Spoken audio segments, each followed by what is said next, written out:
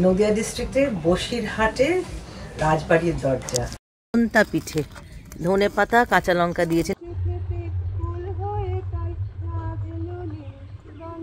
ওইখানে একটা মাছরাঙা বসে আছে, আর দূরে এই যে ড্রঙ্গ উড়ে গিয়ে ওই গাছে বসলো।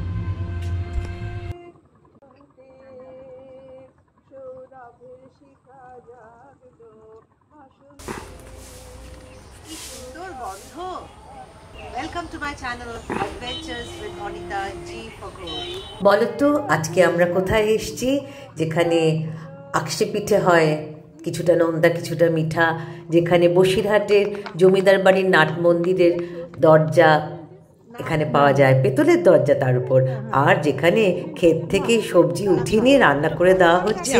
হ্যাঁ, আমরা পৌঁছে গেছি আসাননগরে প্রাকৃত হোমস্টে। আজকের ভিডিওটা ভালো লাগলে অবশ্যই একটা লাইক, একটা সাবস্ক্রাইব আর ডেফিনেটলি একটা কমেন্ট। আসাননগর নামটা কি অদ্ভুত না?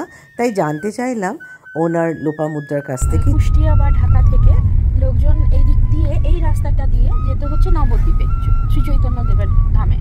তো তখন এই রাস্তাটা ছিল ভীষণ বিপদসংকুল, ইন দ্য সেন্স প্রচুর ডাকাত, চোর ডাকাতের উপদ্রব ছিল। তো এই মাঝখানে একটা ডাকাত কালীর মাঠ আছে, মানে আসতো ওইটা খুব হন্তদন্ত হয়ে ওরা ক্রস করতো যাতে কোনো বিপদ না হয়। এসে প্রথম স্টপ ছিল আসাননগর, তো মানে মুশকিলটা আসান হতো, সেই জন্য নামটা হচ্ছে আসাননগর। মুশকিলটা পেরিয়ে যেখানে হল্ট করতো সেটা হচ্ছে আসাননগর। হোমস্টে, এসো আমার ঘরে এসো, প্রাকৃত হোমস্টে ওয়েলকামস আস। এটা Siddharth already busy taking a picture of the scenery with his wife, আর সর্ষে খেতে ফুল হয়ে সে জাগলো। This is the gate, that is the resort, and this is the entrance. এখানে লোপামুদ্রারা থাকে, এদের পার্সোনাল কোয়ার্টার্স।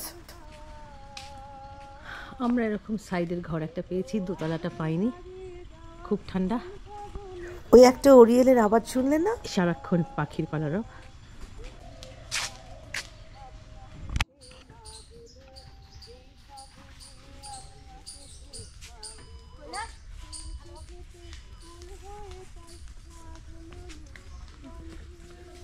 কারোর ব্রেকফাস্ট যাচ্ছে, and that is a luggage being taken to a room. সেই ব্রেকফাস্ট খেতে বসে গেছি, গরম গরম লুচি, তরকারি, কাঁচা লঙ্কা আর ঝোলা গুড়। এই দরজা দিয়ে আমরা ঢুকেছি। এখানে আজকে রোদের মধ্যে ব্রেকফাস্ট খেলাম। সিদ্ধার্থ একটা রাউন্ড ঘুরে এসে এখন বসে আছে। মাটিতে সুন্দর আলপনা দেওয়া, আর মহিলারা, কিচেনের মহিলারা ওখানে বসে মাছ কাটছে। কি আজকে কি দুটো মাছই রাখবে? হ্যাঁ, একটা রুই, একটা কাতলা। মাথাটাকে দিয়ে তো মুড়ি ঘন্ট বা বাঁধাকপিতে দেওয়া যেতে পারে। হ্যাঁ, দারুণ টেস্ট হবে। এই যে ময়লা ফেলার ঝুড়ি, কোনো প্লাস্টিক এখানে ব্যবহার করা হয়নি, নো পলিথিন, নো প্লাস্টিক।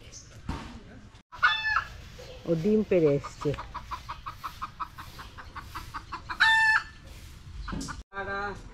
ধানের গোলা, একদম গ্রাম্য পরিবেশ, খোলা মেলা, লেপের ওয়ারগুলো শোকাচ্ছে। It's amidst nature, in the lap of nature. আর এই যে ছাগল বাঁধা আছে, হাঁস মুরগি সবই আছে, প্রচুর জায়গা, প্রচুর জমি, ভর্তি গাছ, আর সকাল থেকে শুধু পাখির কলরব শুনে যাচ্ছি। একই গাছে মাছরাঙা আর ময়না বসে। আমরা ব্রেকফাস্ট খেয়ে ঘরে ঢুকলাম, এবং ঘরে ঢুকে চতুর্দিকে আলপনা, খোলামেলা, ঢুকে উল্টো দিকে বারান্দা, একটা বসার জায়গা, এটা একটা ওয়ার্ড্রোব, বাথরুম, ওদিকে বারান্দা, বারান্দা দিয়ে লন, লনের ওপারে রাস্তা, রাস্তায় সর্ষে ক্ষেত, তারপরে ঝড় নদী। এখানে একটা টেবিলে জলের ব্যবস্থা আছে, ইলেকট্রিক কেটল। এখানে দেখুন প্লাস্টিক বোতলের বদলে তামা, স্টিলের বোতল ব্যবহার করা হয়েছে। একতলার এই ঘরের তারিফ হচ্ছে 2500 পার ডে। প্লাস্টিক লুক আনার জন্য রংটা সেরকম মাটির দেয়ালের রঙের মতন করেছে, আর চারিধারে আলপনা। কি অপূর্ব আলপনা! বাইরে সর্ষে ফুলের সাথে সামঞ্জস্য রেখে ভেতরকার ফুলগুলো হলুদ রং করেছে। বাথরুমটা ছিমছাম, এখানেও কোনো প্লাস্টিক ব্যবহৃত হয়নি, বালতি ও মগ দুটোই অ্যালুমিনিয়ামের।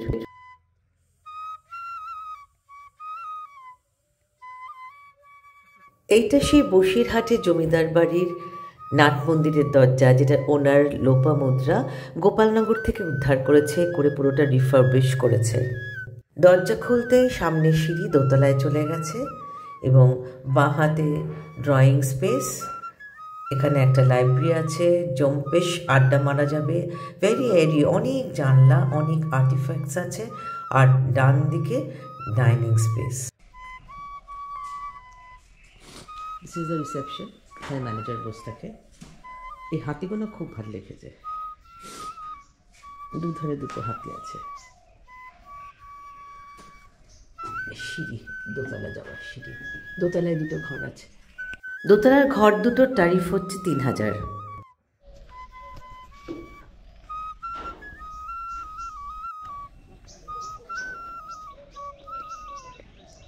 ঘর দুটোর চারদিকে ব্যালকনি। ব্যালকনির অ্যাডভান্টেজ নিয়ে একজন গেস্ট সকাল থেকে মর্নিং ওয়াক সেরে ফেলছে, হন্তদন্ত হয়ে অনেকবার এই ঘর দুটো পাক দিল। আর একটা ঘোরানোর সিঁড়ি। এখানেও একটা ঘর আছে, এই ঘরটা একটু ছোট। এটাকে টং ঘর বলছে, দুটো ঘর, ছোট ছোট ঘর আছে, এবং এটা হানিমুন স্যুট বললেও চলে। বারান্দা থেকে দেখতে পেলাম দূরে খেজুর গাছ থেকে রস আহরণ করা হচ্ছে।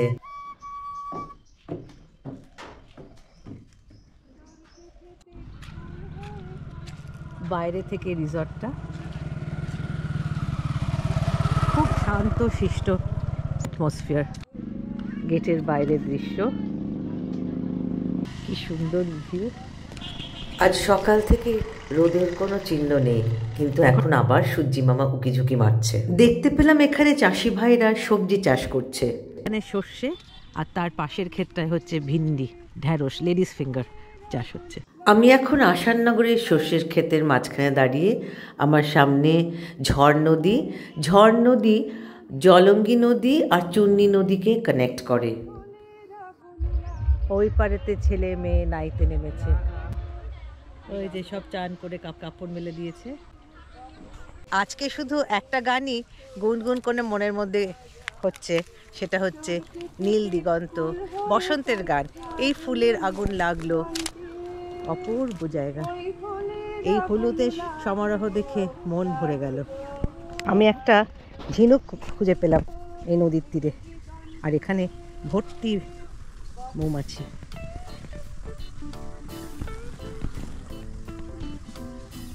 এটা ঝড় নদী। ঝড় নদী connects river Jalangi with river Churni. আর এই যে কচুরিপানা দেখতে পাচ্ছেন, তার মানে বর্ষাকালে জল ওইখান থেকে এই লেভেল অবধি চলে আসে, এই সর্ষে ক্ষেতের কাছে পিঠে চলে আসে।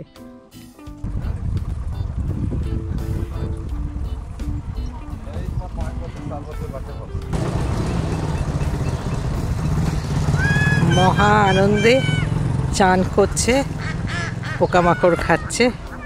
কি আওয়াজ গলার! একটি ছেলে দেখলাম মাছ ধরছিল একটু আগে। হ্যাঁ, এই তো ডিঙি নিয়ে একজন মাছ ধরছে। আসাননগরে এসে মনটা খুব পুলকিত হয়ে গেল। কি সুন্দর ফুল! আমি একদম গাঁদা ফুলের ক্ষেতে দাঁড়িয়ে।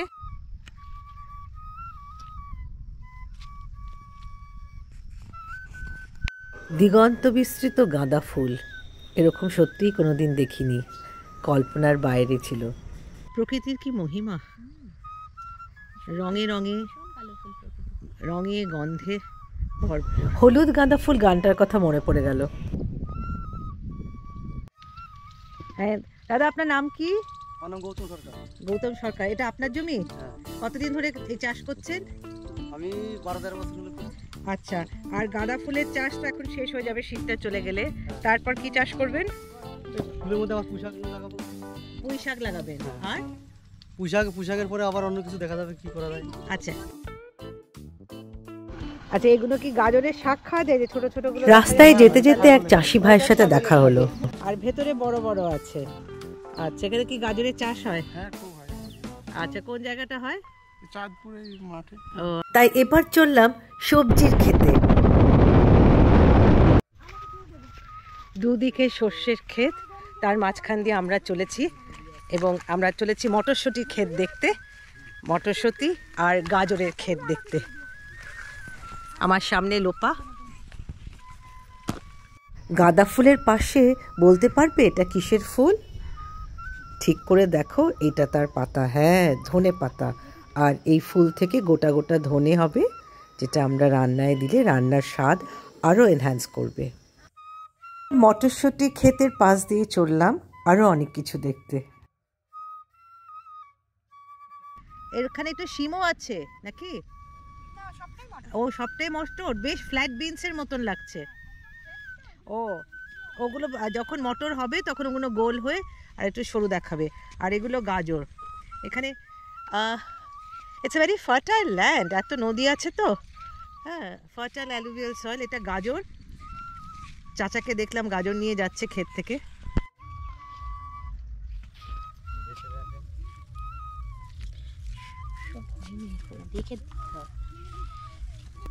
বিউটিফুল। হ্যাঁ, এবার একটা খান, আরো ভালো লাগে। পাখিতে খায়, হনুমানে খায়। হ্যাঁ, আমরা তো এবার মটরশুঁটি করিনি ওই কারণে। কে তাড়াবে অত? এইগুলো সব পাখিতে নষ্ট করে দিয়েছে। কি সুইট, কি মিষ্টি, কি জুসি। 100 টাকার বিনিময়ে আমিও 2.5 কেজি মটর কিনে ফেললাম। মটরশুঁটি তুলছে, ওনার বালতি ভর্তি হয়ে গেছে। ইস, কেমন খেতে মটরশুঁটিগুলো। খাও, আর কটা খাও, আর দুটো খাও। গাজরের ক্ষেত, গাজর। 2টোর বেশি বেজে গেছে, তাই এবারে হোটেলে ফিরে লাঞ্চ খাওয়ার পালা।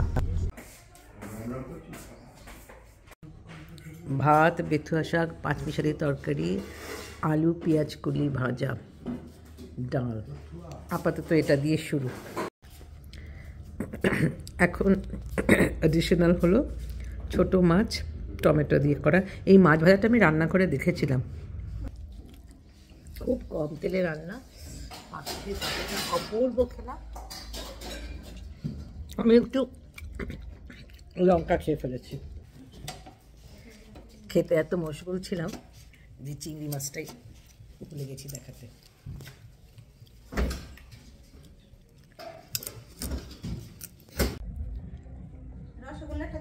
হ্যাঁ, ঠিক আছে। চিংড়ি মাছ, কাতলা মাছ, কুচো মাছ, দারুণ খাবার, জম্পেশ ভাবে খাওয়া গেল। শেষ পাতে ছিল চাটনি, পাঁপড় আর রসগোল্লা। এত ভুরি ভোজের পর আমি চললাম শিবনিবাসে, এশিয়ার 2য় বৃহত্তম শিবলিঙ্গ দেখতে। এটা নাম হচ্ছে শিবনিবাস। এত খাবার খেয়ে সিদ্ধার্থ রোদ পোয়াতে পোয়াতে একটা ভাত ঘুম দিল, আর আমি চললাম এশিয়ার 2য় বৃহত্তম শিবলিঙ্গ দেখতে শিবনিবাসে এবং বনবিবিতলায় 1000 বছরের পুরনো বটবৃক্ষ দেখতে। ফেরত এসে একটা বাঁশের ঝুড়িতে পেলাম মুড়ি মাখা মটরশুঁটি দিয়ে এবং ভেজিটেবল চপ, সেটাও আবার কাঠের ট্রেতে। মনে করে আসামে যাব, আসামেতে নকরি নিব, আমি জোড়া পাকা টাঙাইব।